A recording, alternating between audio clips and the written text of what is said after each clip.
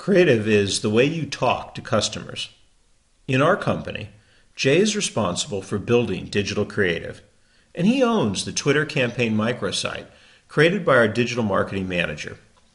Jay's built lots of creative in his time, and making a purpose-built Twitter microsite is no big deal. He decides to focus on video, since he thinks that'll work well for Twitter's younger skewing audience.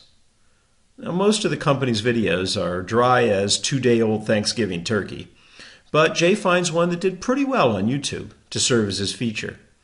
Add some basic body copy, a nice rotating slider, and links to a second page with product videos, and you have a nice little microsite, right? Nice it may be, but do we have any reason to think it will work? Heck, do we even know what work means? When it comes to building creative, whether it's in-house or agency, I see an almost complete breakdown in the information system. Nobody uses data at all. Jay doesn't have anything remotely resembling a creative brief. Skews younger? That's supposed to be enough to target an experience? It would be funny if it weren't so sad. A good creative brief should describe the audience target, what they care about, how they make decisions, and what kind of creative has worked in the past. Jay's got nothing. And speaking of nothing, no one's ever told Jay how any of his previous work has performed. He's the expert, right? But not once has measurement of his experiences actually gone back to Jay. How's he supposed to know what works and what doesn't? Creative folks are almost always out of the loop when it comes to experience measurement, with predictably disastrous results.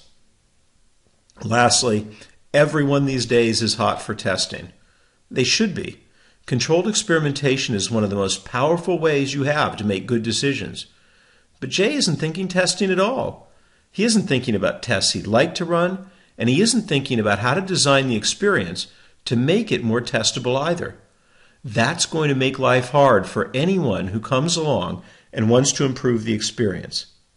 Not only should creative folks be actively engaged in planning tests, they need to understand how to structure the experience to facilitate interesting tests down the road.